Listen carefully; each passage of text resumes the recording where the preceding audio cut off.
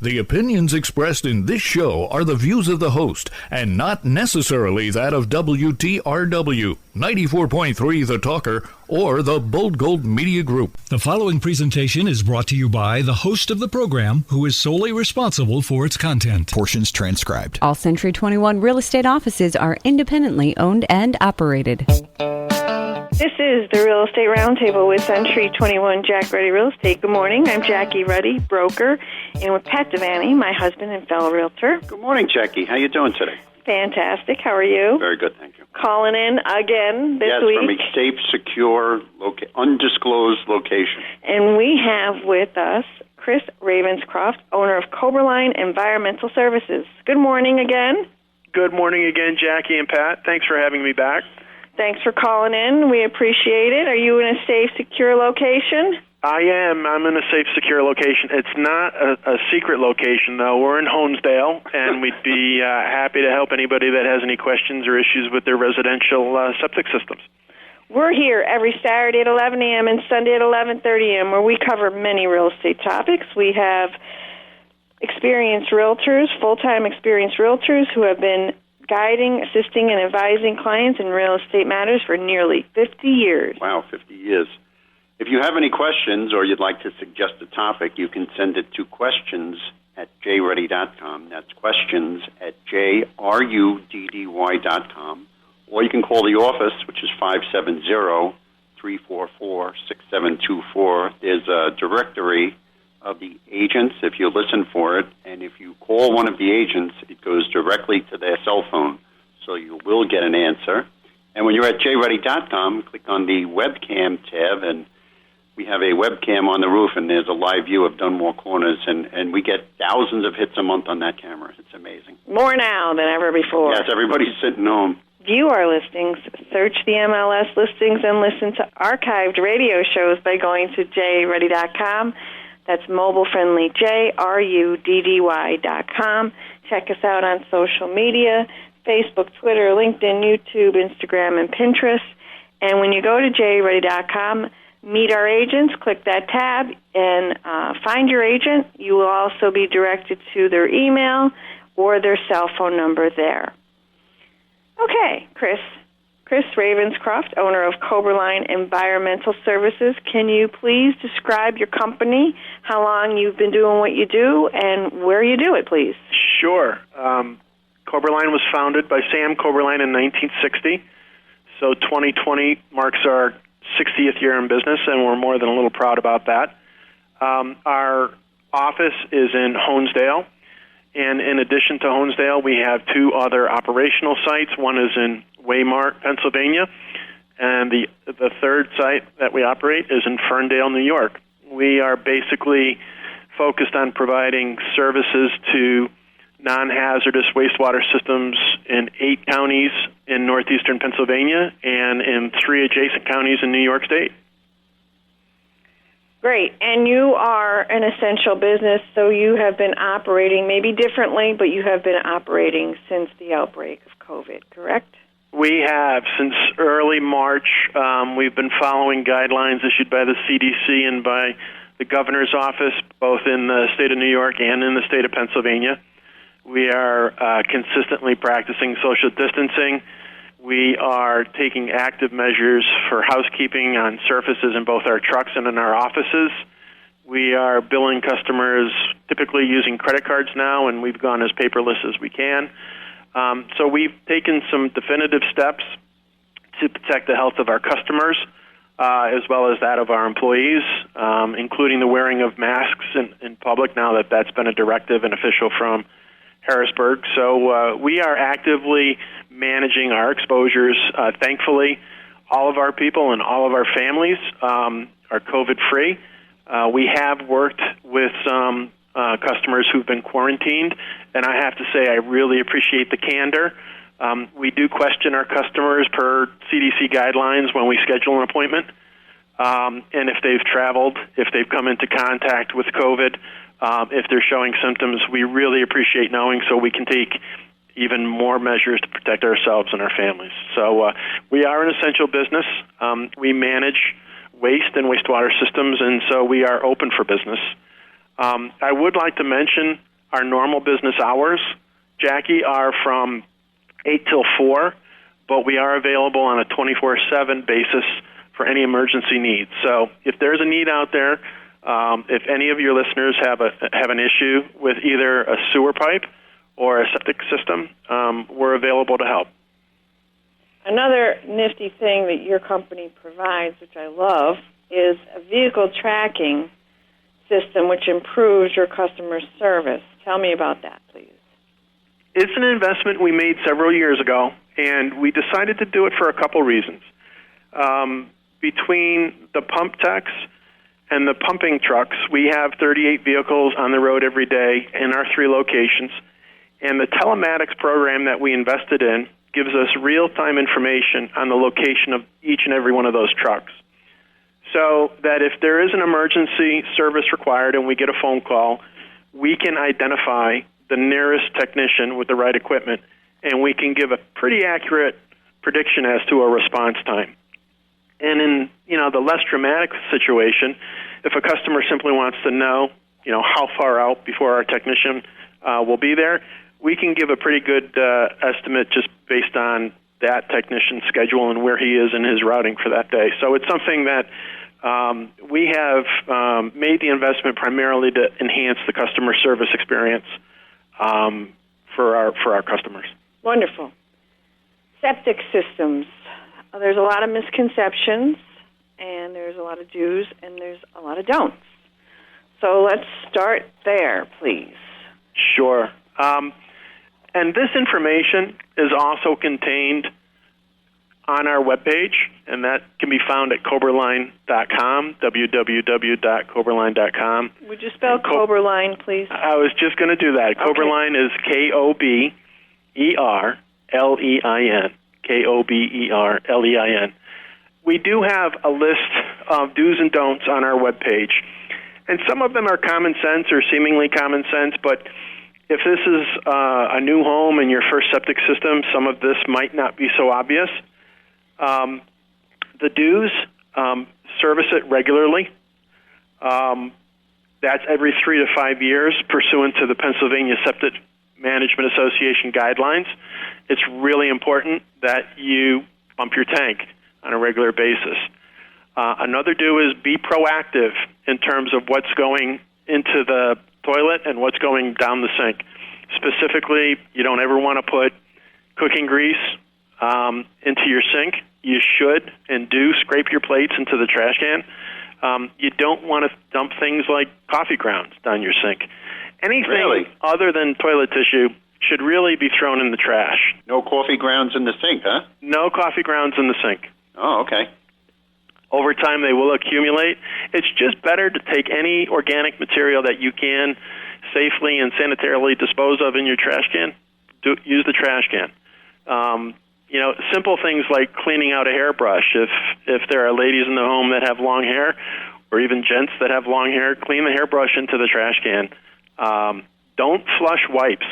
They are labeled flushable, but they wreak havoc on septic systems and wastewater pumps if you're on a sewage system. So there are a number of things, again, more detail on our webpage that you can do to protect your system. Basically, minimize what you put down the drain and throw away what you can reasonably throw away in the trash.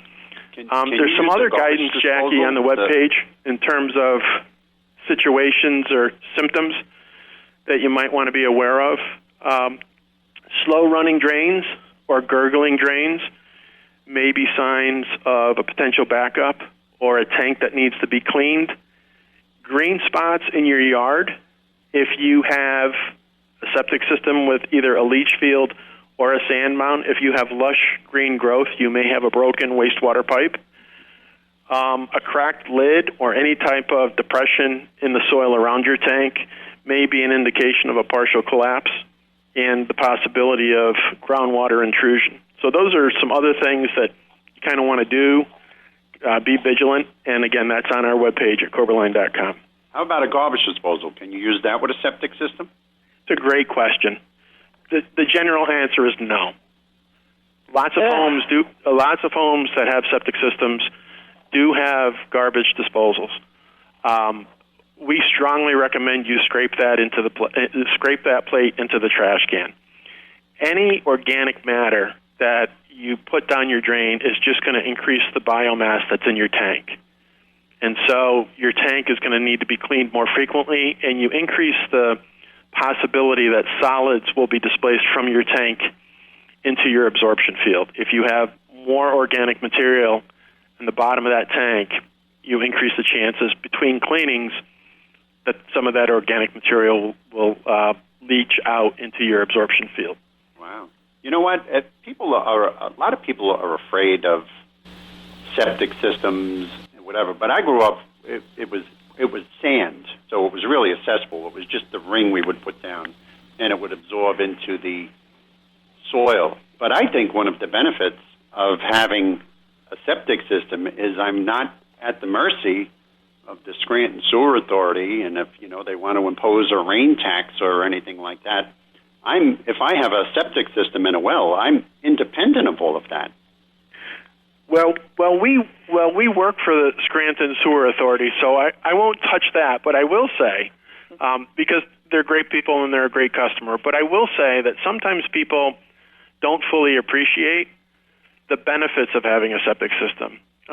It's not uncommon for sewer users to pay between $50 and $100 a month for the ability to access a sewer and dispose of their wastewater.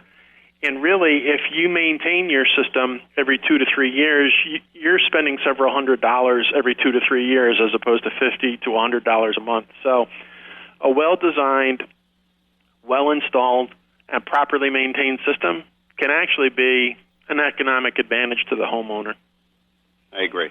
If someone can't afford a new septic system, because they're expensive, I think during the first show you said anywhere from $15,000 to $20,000. That's correct, for an entire system. Okay. Are there other options? Well, there are options including maintenance approaches that can extend the life of a system. So, for example, if you have either a gravity absorption field or a sand mound, also called a turkey mound, those two components in a system take the gray water. They accept the gray water from the septic tank.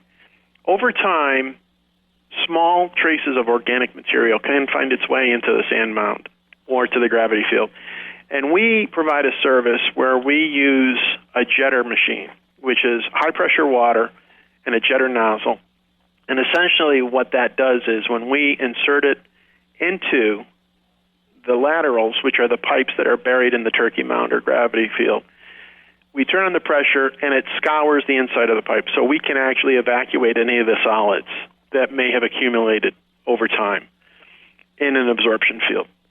And in addition to that, we sell a product which is commercially mixed and available to contractors, which we will then add to the turkey mound or the absorption field. And it's a very aggressive product full of enzymes that will convert and digest soap, scum, and sludge that may have accumulated in the media below the lateral pipes. Now, generally, we don't recommend any additives to septic systems. People frequently ask about a particular product or whether they can avoid cleaning the system if they add some type of enzyme to the tank. And we strongly recommend that they don't do that. What it does do is it may liquefy the sludge that we would otherwise vacuum out of the tank, and that may actually enable it to go to the drain field. But the product we add in the drain field itself is concentrated, and it's in the drain field specifically to digest any soap scum or sludge or other materials that may accumulate over time in the pipes and in the filter media.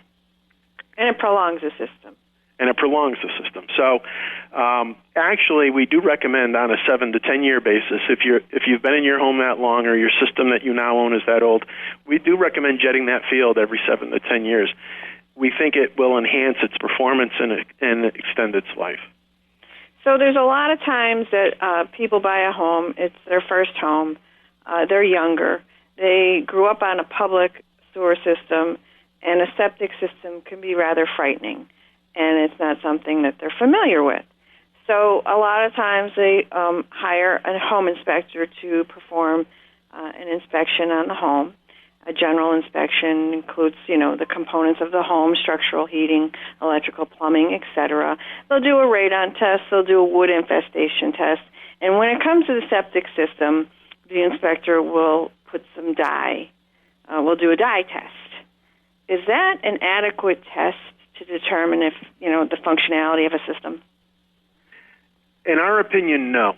A septic system in most homes is one of the most expensive systems, if not the most expensive system. As we mentioned earlier, $15,000 to $20,000 for all the piping, the tank, and some type of absorption field is a fairly typical cost. And I understand a buyer's reluctance based on a lack of information, but you don't necessarily have to be afraid of purchasing a property simply because it has a septic system. It is important that if you're going to consider buying, or even if you're selling a piece of property that has a septic system as a part of it, that you actually get a certification from a trained septic system certification company. We have 5 or 6 technicians who have been trained by the PSMA, Pennsylvania Septic Management Association, that has set out a 3-page list of criteria that should be evaluated. So the dye test can tell you, if that's all that's done, whether you may have a leak someplace in the system. But a more thorough certification will give a buyer or a seller much more information on all the system components, so you can better understand whether it's functioning properly, whether there might be any issues, and what corrective steps you might need to take if you do decide to go ahead and purchase the piece of property. Okay, good. You talked about the do's and don'ts inside the house, what not to put down the drain, what not to do on the outside, because the sand mound isn't always aesthetically pleasing to maybe people that reside in the home. I'm sure people have done things to try to hide it, like plant trees around the sand mound or park vehicles to just make it look like it's a parking pad or something. What are the do's and don'ts for the drain field, please? That's a great question. And we do often neglect the do's and don'ts on the outside of the property. Starting with the septic tank itself. Unless it's a load-bearing tank, which is a specifically engineered, significantly more expensive tank with much more concrete, you should never park a vehicle on top of a septic tank. You shouldn't drive over a septic tank. So don't put a driveway on top of your septic tank. That's the first part. With regard to the absorption field, whether it's a gravity field or a sand mound, you don't want to have anything other than grass growing on top of it or even near it. Reason being, any plant other than grass is going to have a root system that is going to search out moisture. Especially during dry months, the roots are encouraged to grow towards the moisture that's always in your absorption field. And over time, those roots will find their way into the lateral pipes and start to clog the pipes. They'll also grow in the media below the pipe, and it'll prevent the natural percolation that you want to have happen in your absorption field. So it's really important that you not put anything other than grass on top of it, and don't plant shrubs or trees or anything. And it's a general guideline, but we would say anything within 10 to 15 feet minimum of the edges of the field. And we'd recommend even further for anything that's larger or with a larger root mass. As far as maintaining an absorption field, it's perfectly fine to drive a lawn tractor over it to cut it, but we discourage people from running ATVs, four-wheelers over them, or anything other than equipment that's absolutely essential just to maintain the grass. And you do want to maintain the grass. You want to keep it relatively short. Doesn't have to be every week, but at a minimum of a couple times a year, it should be cut, because you'll get evaporation as well as percolation. If you have shorter grass, you'll get some evaporation of some of that water that goes into the absorption field. And I just want to mention one more thing, and some homeowners have made the mistake: keep roof drains, sump pumps, and other rainwater drainage away from the drain field area. That would be a good idea. Absolutely, Jackie. I appreciate you mentioning that. The topography surrounding either the septic tank or the absorption field, drain field, can be very important. You don't want to direct any surface water from a patio, from a driveway, from your downspouts, from your roof, from a French drain. Any of that water that's directed toward a tank or toward a field has the ability to compromise the effectiveness of your system. So if you're doing landscaping or if you're building a new home, you want to be thinking about the topography to make sure that you're not going to shed rainwater or any other surface water towards your tank or towards your field. Chris Ravencroft, owner of Koberlein Environmental Services. May I have your contact info, please? Absolutely. You can reach us at our main office, which is 253-3660 in Honesdale. You can reach us online at Koberlein, that's Koberlein, at Koberlein.com. Thank you. Pat, would you like to review a listing? Yes, we have a 3-bedroom, 2-bath home. It's at 445 Putnam Street in Scranton for only $92,000. This is a very well-kept home with gorgeous hardwood floors. It's got beautifully updated kitchen with the center island and plenty of counter space. The baths have been updated. There's a rear deck, a covered front porch, a fenced-in rear yard. It's got a storage shed, and the taxes are less than $1,500 a year. That's a lovely 3-bedroom, 2-bath home at 445 Putnam Street in Scranton for only $92,000. And that's listed by Stacy Granza of our office. Stay with the Real Estate Roundtable with Century 21, Jack Ready Real Estate on 94.3 The Talker. We'll be right back. How smart is a Century 21 agent? They have more brain power than a barrel full of Einsteins and the gentle wisdom of a monk. They know your city, your neighborhood, and they might even know your mom, so watch your language. They can simplify, multiply, and leap tall mountains of paperwork in a single bound. Plus, they know where to find the best cup of joe. This is who they are. This is what they do. Century 21 agents. Smarter, bolder, faster. Each office is independently owned and operated. Hi, this is Jackie Ruddy from Century 21 Jack Ruddy Real Estate. Is real estate on your mind? It's on ours 24/7. Whether you're buying, selling, investing, or in need of an appraisal, you have questions, we have answers. Thinking of buying or selling a house and have questions? Tune in to the Real Estate Roundtable hosted by locally owned and operated Century 21 Jack Ruddy Real Estate on Saturday mornings at 11 and Sunday mornings at 11:30. Call 570-344-6724 or visit jruddy.com. That's JRUDDY.com. Welcome back to the Real Estate Roundtable with Century 21 Jack Ruddy Real Estate on 94.3 FM The Talker. I'm Jackie Ruddy, broker, in with my husband, fellow realtor Pat Devaney. We're back with a great discussion. Yes. Chris Ravenscroft, owner of Koberlein Environmental Services. Hello. Hey, Jackie. Hi, Pat. We're back, and you have a really good company that's been in business 60 years. Yeah, thank you. I am especially proud of the fact that we've been around for 60 years, and really it's because of the people that make up Koberlein, the people that come here every day. They really care. They provide an excellent service. They want to provide fair value to our customers. They are open to new responsibilities, and they've really driven the growth of our company. We now have 3 locations. We employ over 50 people, and it really is a direct result of people coming into work and doing a good job, the best job that they can for every customer that we have. So I just want to make sure that our potential customers know that we really have, I think, a solid team of people in the trucks and in the office who are committed to providing a high-quality service. Very good. I have a question, and it's more. I have a curious mind, right, Pat? Yes, ma'am. My questions seem to sometimes get on the nerves of those that I live with, more so these days than ever before. You must be talking about someone else. I know. You never be talking my about son me. and my husband. My love. All right, Chris, question. Where does the wastewater go after you pump it out of someone's system? Oh, you do have a curious mind. Most people don't want to think about that. But it goes to one of several places. So last year in 2019, we pumped over 28 million gallons of wastewater. Wow. And that is water that is produced in sewage plants, in food processing facilities, in restaurants, at entertainment venues, and in residential septic tanks.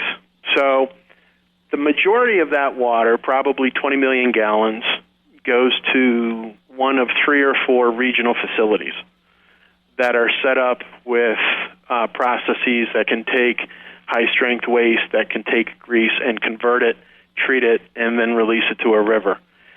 But about 7 or 8 million gallons of that material, the residential septage portion, we actually land apply at 3 farms in northeastern Pennsylvania. And if you can get past the yuck factor for just a second and think about the science, it's really sound. It's really environmentally friendly. And it's great recycling. It's really beneficial reuse at its best. What we do is we screen the inorganics out of the septage. That material is landfilled. It's a small fraction of the overall load, but it is there, and we screen it out.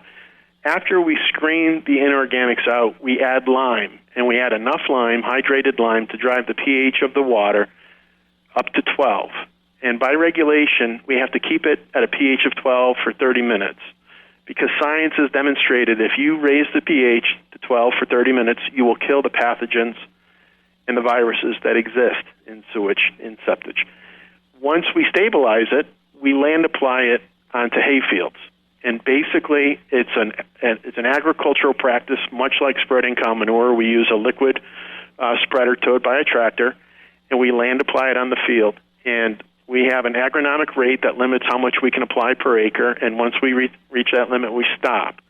We let the fields rest for 30 days, and then we harvest the grass. So it's a great way to take the nitrogen that exists in the water, and it is water. It's 98.5% water, 1.5% solids. And it takes the nitrogen and the higher pH to sweeten the acidic soils we have here in Pennsylvania. And as a result, we get a fantastic hay crop. So much so that we land applied at our farm and 2 other farms that have approached us because they've seen the benefits of land application. So that's how we reuse about a third of the wastewater we pump every year. And do you have any interesting stories about septic systems? we have lots of every day produces an interesting story. Probably one of the best in terms of a real satisfying result was we have a customer in a housing development who for years wore her grandmother's engagement ring. And one evening, while she was getting ready for bed, she took off her rings and was washing her face, and she put her rings, including this heirloom ring, on a Kleenex. And then, without thinking, she goes about to crumple up the Kleenex and flush the toilet and shut off the light in the bathroom. And then she realizes she flushed her grandma's engagement ring and calls the next day distraught. We were able to, and this is an example of the can-do spirit of our Koberlein employees, we were able to carefully pump her tank and literally found grandma's ring at the bottom of a 1,000-gallon septic tank. So, oh my God. Naturally, a great result and a very grateful customer, and frankly, it doesn't get much better than that. Many of our stories are not quite as gratifying, can be a little bit higher on the yuck scale, but that was a great day for us, and obviously we were thrilled to be able to provide her with that result. Sure. I like that you say it's the yuck scale. I like that. And I think when you said you were putting the fertilizer down that you sweeten the soil, I thought that was a kind of funny word you were using. Chris Ravenscroft, owner of Koberlein Environmental Services. How does someone get in touch with you, please? Feel free to call us at 253-3660. Of course, that's in Pennsylvania, so it's 570-253-3660. Or you can contact us online, Koberlein, at Koberlein.com, and that word Koberlein is spelled Koberlein, Koberlein at Koberlein.com. Fantastic, Chris. We appreciated the 2 weeks of fabulous discussion, and we'll have you back in the future. Well, I'd love it, Jackie and Pat. Thanks so much for having me on the show, and I hope we've provided some assistance and some information to your listeners. Wonderful. Thank you. Thanks very much. Remember to tune in next Saturday at 11 a.m. and Sunday at 11:30 a.m. to listen to more of the Real Estate Roundtable with Century 21 Jack Ready Real Estate on 94.3 The Talker.